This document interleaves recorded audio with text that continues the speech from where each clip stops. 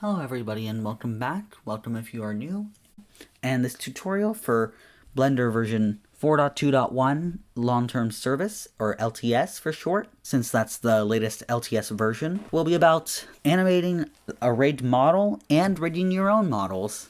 What I'll be using as an example here will be a wing, and it'll be a simple enough rig, but I am doing this because I used to think that animating with a rigged model and rigging models, that kind of stuff, I used to think it was like too difficult. It's what makes 3D animation as difficult as 2D animation to me, but turns out it's not that hard. So with all that said, let's begin. So we start by creating a general default type file, sacrifice the default cube as is tradition, and you see the model I made, it was made with this one application I found online called VRoid Studio.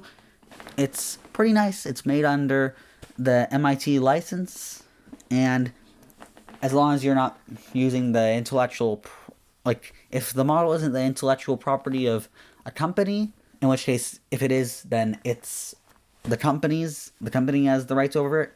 If it's not that, then whatever models you make, they're yours. You can distribute them as you want, license them as you want, select what kinds of situations they can be used in. There's a lot of features, and it's pretty nice. Hashtag not sponsored, because I am not sponsored and I am too small to get sponsored. But anyways, so it exports in the VRM format. As you can see, I had that add-on imported, but so in previous versions, I think it was found in the add-ons section, but I guess in version 4.2.1, they decided to make a clear difference between the built-in Blender add-ons and the community add-ons, which I guess are now called extensions. I guess in the long-term release, they decided to switch it over to extensions, or call it extensions or something. So anyways, VRM, that's all you have to do, and then you install. So the VRM format, it's kind of nice in that it lets you have like rights managements and stuff right from there. So now that you've installed the extension, you can import.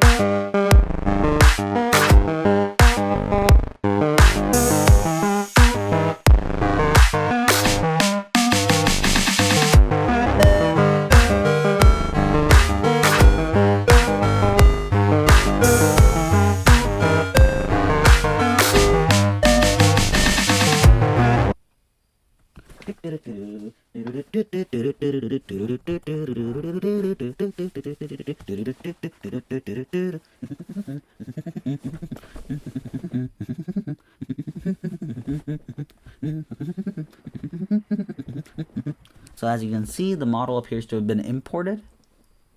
It looks a bit strange, but I'll just render this first frame here so that you can see what it looks like a bit better. Oh, where the rendering at? Okay, so as you can see, this is what the model looks like. It's based on her Season 1 anime design, and as you can see, like, the VRM format, it saves both a character mesh, which is the body that you can see here, and the armature, which is how you animate it. The armature is basically made out of bones.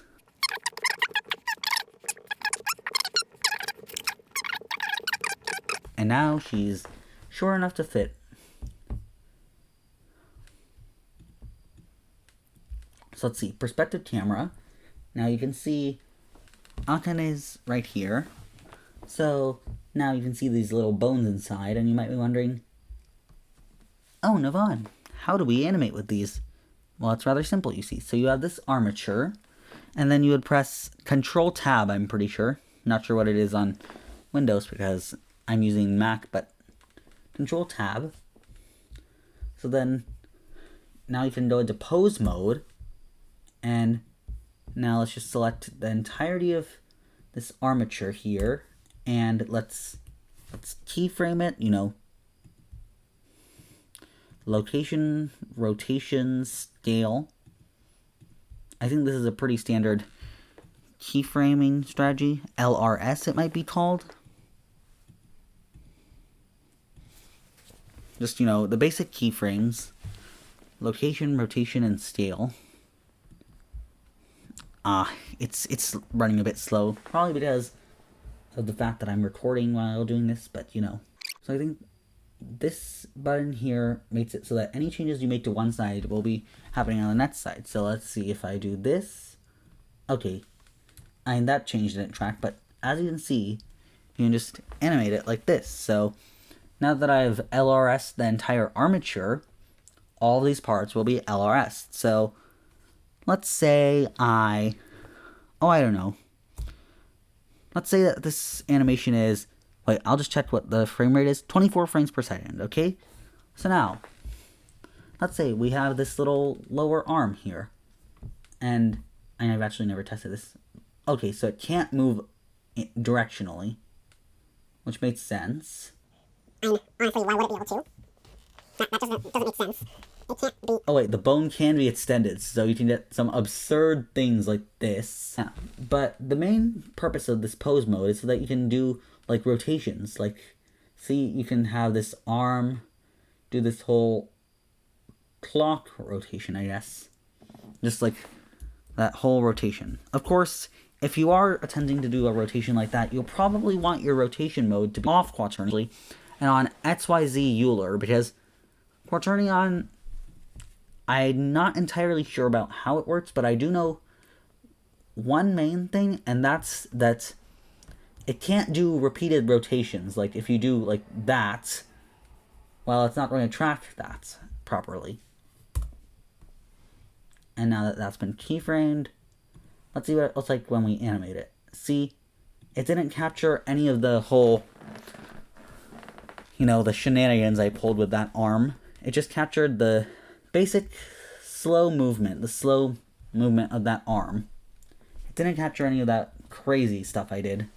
So now let's get that arm back where it belongs. And now we switch this thing off of quaternion and onto XYZ Euler.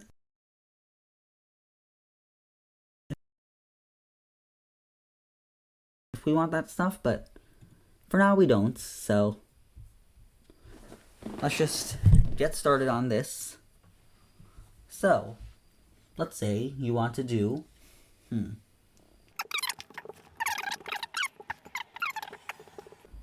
what is this giant bone just sticking out here? Okay, that's the root bone, so what happens if I say I rotate it? So the root bone controls the entirety of the body, okay? And you know what, let's do something more basic than what I was attempting earlier. Let's say you want to have her say hi. So then let's just rotate the arm to the proper position to say hi. This is a bit of a strange position, honestly. Why are her arms at right angles? But let's ignore the physically impossible stuff going on for now, and instead focus on, you see, now her hand's up. Let's keyframe that, LRS, as is to be expected. I think it auto LRS, but I'm not sure. And then, now that we've hit frame 48, let's just have this bone here rotate a bit. Please just ignore the strange physical impossibilities I'm doing here. This is an animation. You can aim for realistic stuff if you want. I just don't. So, and I try to keep it realistic at least. So just watch this. So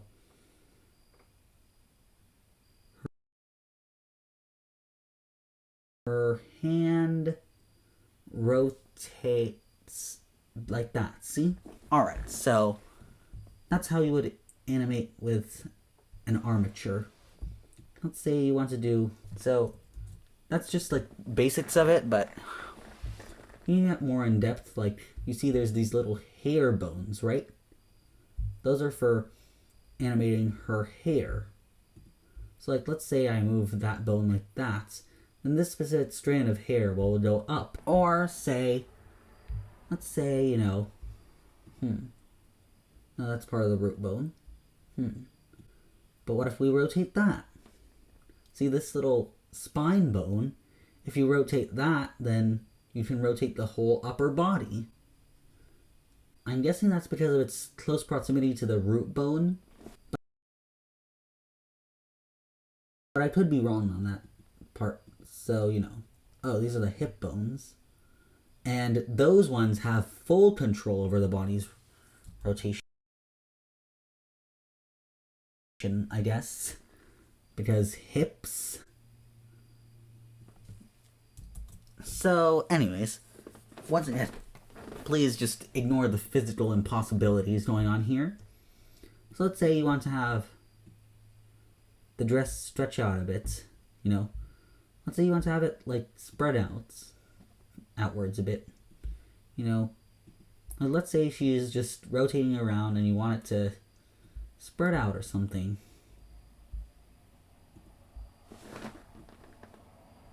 Oh my.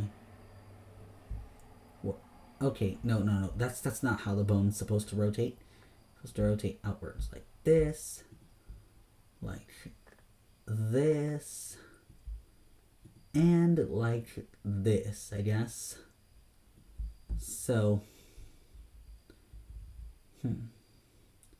not exactly what I was aiming for there. Okay, so, let's see. Let's just LRS keyframe. Oh, we LRS keyframe this. Oh my. So many bones to keyframe. This. This. This. This, and I'm not sure if I already did this, but this. Now, let's see what it looks like when we go through the whole thing. So as you can see through the camera, which is what the viewers of your animation would see, they just see how the mesh changes. They don't see how these bones work. Right? So yeah, there's that. Yeah, so that's how you deal with an armature model. That's how you deal with a pre-rigged model. At least one rigged with armature. So see, now we have the A pose, as I believe it's called. And then of course this is the upper leg bone, so once again, all sorts of strange stuff can go on like this. I'll just undo that rotation because I have no idea what that even did. I think it bent the dress in on itself or something. I don't know. But anyways, so now that we're done with the whole how do you animate a rigged model stuff, let's see. Now that we're done with that, let's send Akane here off there. So as you can see, she's... Oh wait, I didn't send her very far actually. I thought that would send her farther. I guess I just have to keep on doing that and... Oh wait a second. Is she moving back? Words? What? Now? Oh, what? Huh? I think something glitched out, but whatever, I suppose.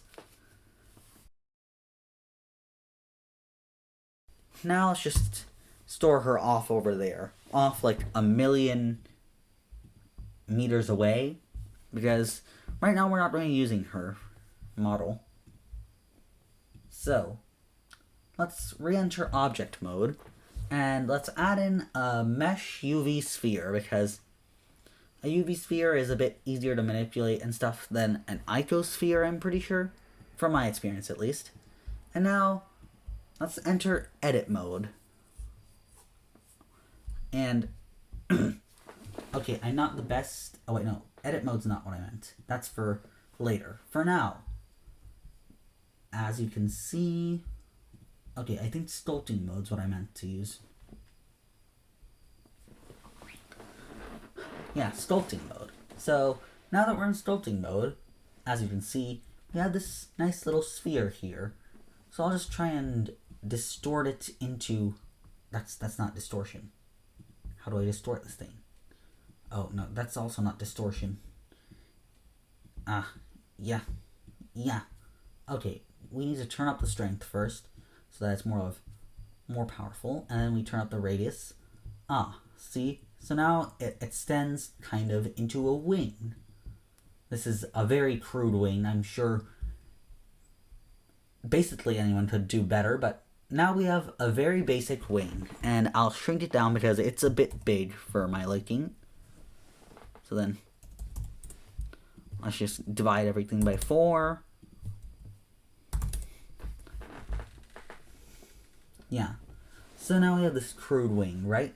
It looks very spherical, but it's a wing, okay? So, now, how do we raid this wing? So this is actually, and I had been wondering about this for quite a bit, but you know, it's actually not that hard. So let's see here. So now we have this one little bone. Okay? We have this one bone inside of this.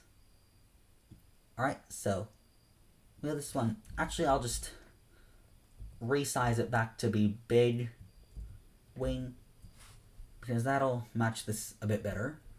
And then we exit sculpt mode because that's not what we're going for. So let's see.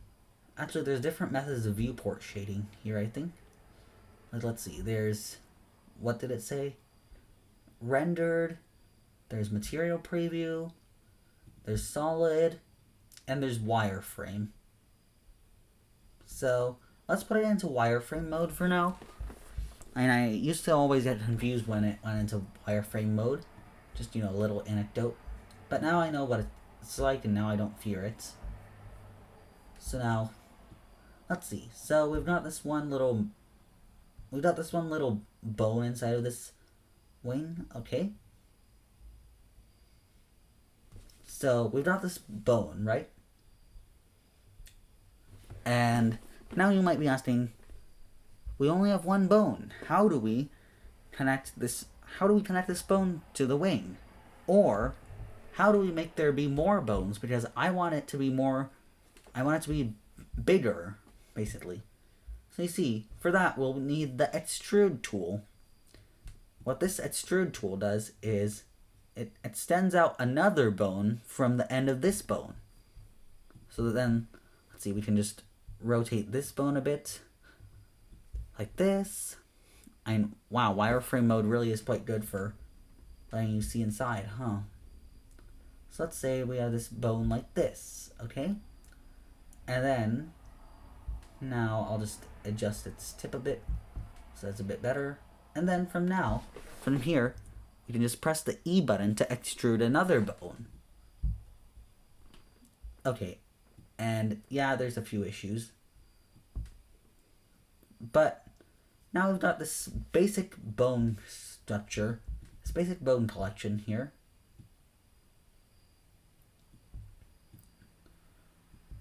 Like, let's see here, so.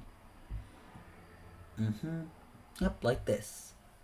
So now we've got this basic kind of bone structure, and you can just extrude from any bone, really, I think. But let's just go for a basic 3 bone structure for this wing. Alright. And now you might be asking, but Navon, we just have these 3 bones. And as you can see, if we rotate them, they don't manipulate this mesh at all. And just to remind you, it's mesh like this. So anyways, back into wireframe mode. So you might be asking me, well, how do you connect these two together? So I'll just put it back into edit mode so it's a bit easier to tell them apart.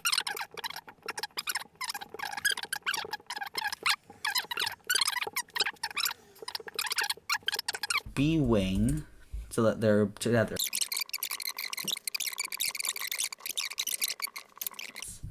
That's better. So then Control P. So now that we've got the armature as the main one here.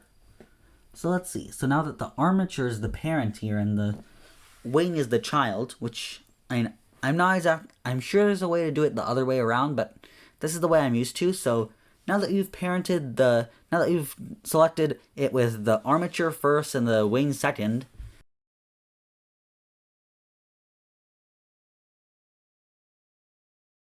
what you would do by, as I showed earlier, you click on the wing, in this case. Let's say you're using a leg or something. So then you would select the leg, then you would go up to the armature. I suggest like you name the armature something close to whatever you're rigging. And then from there, you would want to name them something close, both so that you can identify them, you can find their relationship better, and so that they'll be close together so you can easily select both of them. And then you would want to press Control P, and then that sets parent to, and this is why you want to select the armature, because now you have armature to form, and then you have, and then from there you can have like all these different types of deforming. So I use automatic weights, but I'll just test out envelope weights, however you say that. And so that's how it would rig, like with envelope, however you pronounce that word. Weights. I'll disable wireframe mode so that's a bit easier to see what I'm doing here. So like that's how it works with that type of rigging. I'll switch it back into wireframe mode because it just makes it a bit easier to see this stuff. So now I'll just unparent them together. See, so now we're back here, and let's see. So the way I do it is with automatic weights. So then basically what this does is now it deforms like this. Okay, so this is, oh wait, no, that's, we would want to go into pose mode actually. And then it would deform. Well, this first bone here, that's kind of the root bone. If you look at Akane, wherever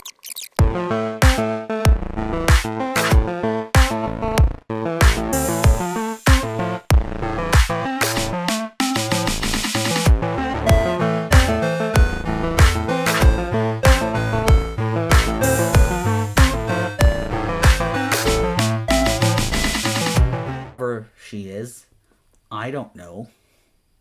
Her armature vanished off into thin air, but anyways.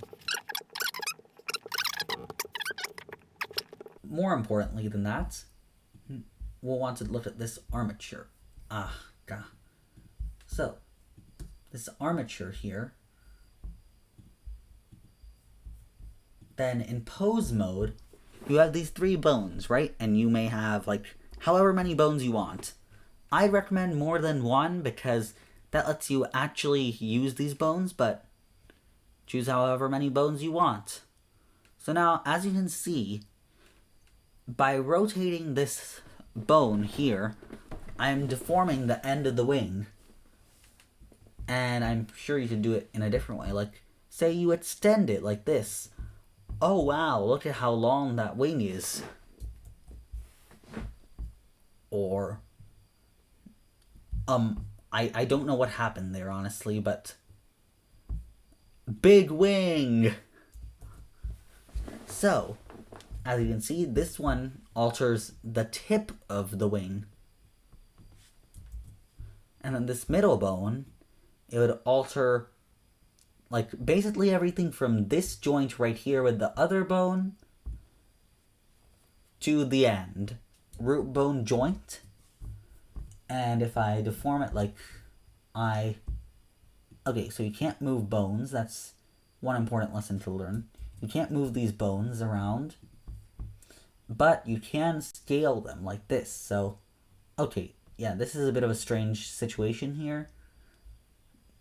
Negative scaling, but I'm sure usually you want it to be in positive direction. So like this, that makes the wing bigger. And then if it's smaller but not negative, because negative causes strange stuff to happen, we don't want negative scale for now at least. That'll make it smaller, see? And if you extend it or contract it in a certain direction, don't do negative because negative makes things really strange. And especially when you get to a certain point. But anyways, so if you extend it like this, see now how the scale up in the top left corner, it says scale 2. 0.051 global, right? So that means that I've increased the scale of this bone, which means I've increased the scale of this portion of the wing. And then now that's going down to 0.1944 global up in the top left corner. Well, not really top left corner, underneath pose mode. You can see the current scale.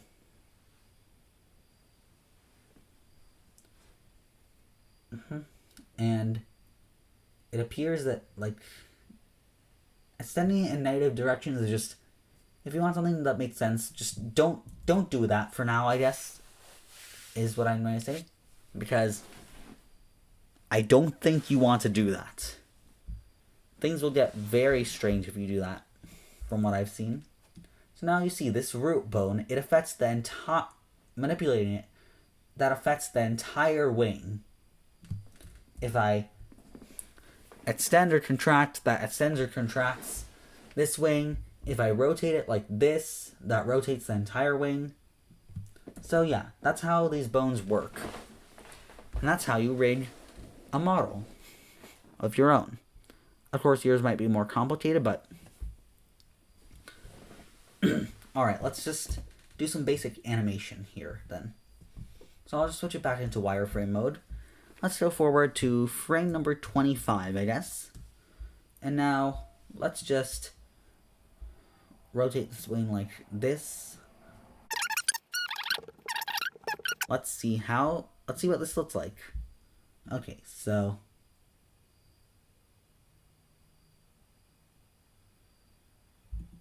Okay. So it started off already deformed.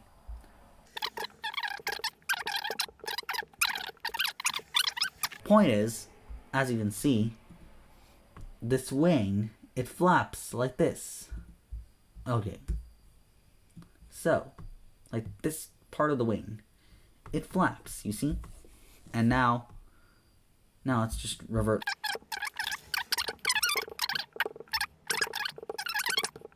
And now, let's watch how this animation goes. Well, once of course I rotate this into a reasonable position and keyframe that for the root bone. So, as you can see, it flaps like that. And then the tip flaps. And the more bones you have, the more complicated things you can do. Like, for example, if I can find where Akane went, if I can find out where she went, then all good, but for now I can't, so let's just try and bring her back.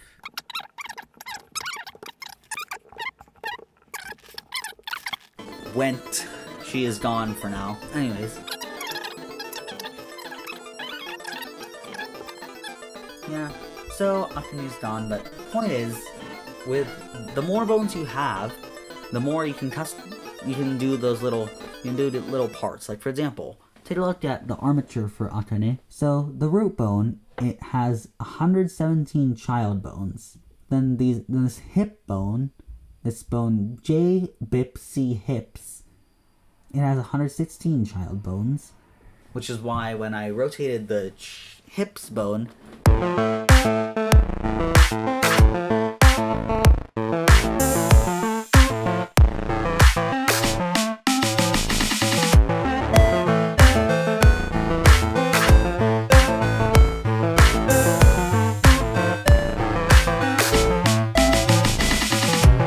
I was able to manipulate the entirety of the body earlier.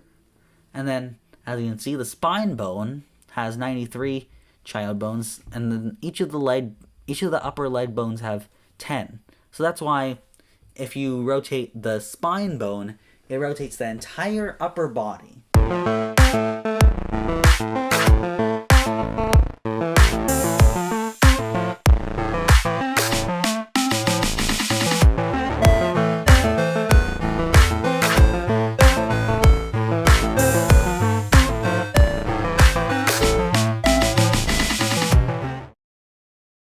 But if you rotate these upper leg bones, it only rotates each leg.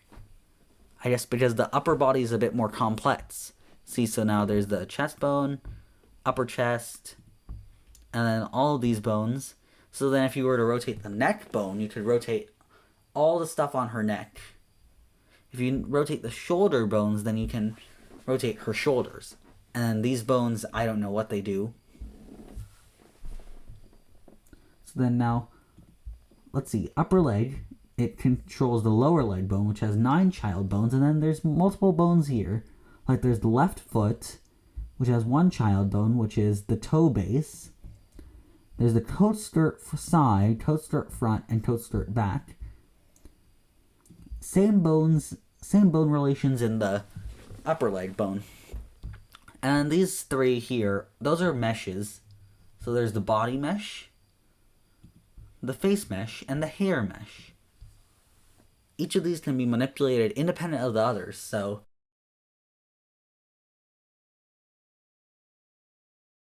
like her body could just fly up and down.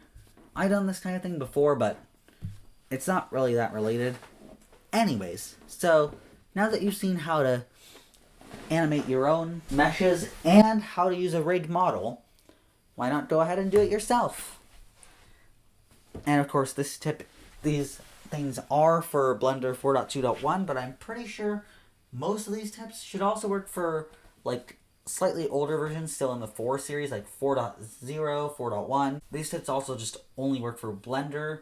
I don't know about how other animation programs work.